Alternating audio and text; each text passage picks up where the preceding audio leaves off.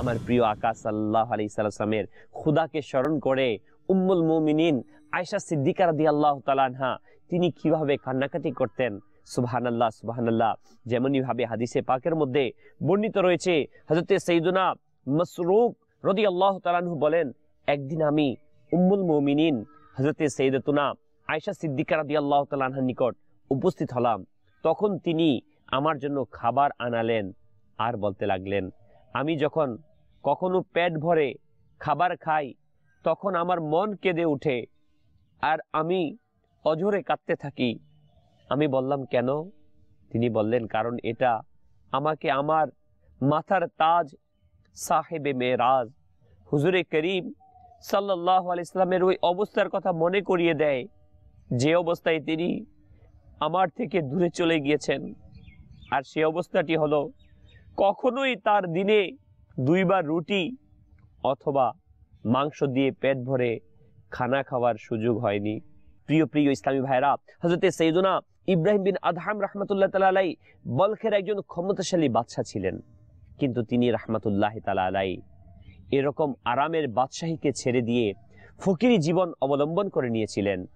একদিন তিনি রাহমাতুল্লাহ তাআলা আলাইহি খাওয়ার জন্য কিছুই পেল না। এই শুকর আদায়ার্থে, অর্থাৎ কোনো খাবার পায়নি, এই শুকর আদায়ের জন্য 400 রাকাত নফল নামাজ আদায় করলেন। দ্বিতীয় দিনও খাবার পেলেন না, অনুরূপভাবে 400 রাকাত কৃতজ্ঞতার নামাজ আদায় করলেন। 7 দিন পর্যন্ত এমনভাবে চলতে রইল। শারীরিক দুর্বলতা যখন বৃদ্ধি পেল তখন একদা আল্লাহ তাআলার দরবারে আরজ করলেন, ইয়া রাব্বাল ইজ্জাত, তোমার ইবাদত করার শক্তি লাভের জন্য কিছু খাবার প্রদান করলে তোমার বড়ই দয়া হবে।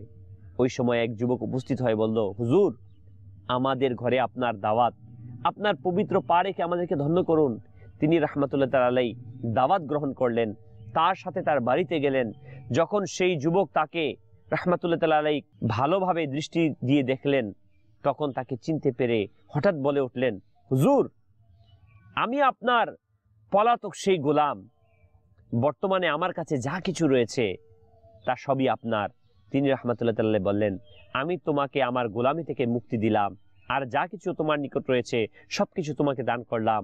তার অনুমতি নিয়ে তিনি রাহমাতুল্লাহ তাআলা আলাইহি সেখান থেকে বিদায় নিলেন আর আল্লাহর দরবারে আরজ করলেন, ইয়া আল্লাহ, আমি এখন থেকে তোমাকে ছাড়া আর কিছু চাইবো না, কারণ আমি তো তোমার নিকট শুধু রুটির টুকরাই চেয়েছিলাম, কিন্তু তুমি এত বড় দুনিয়াকে আমার সামনে রেখে দিলে।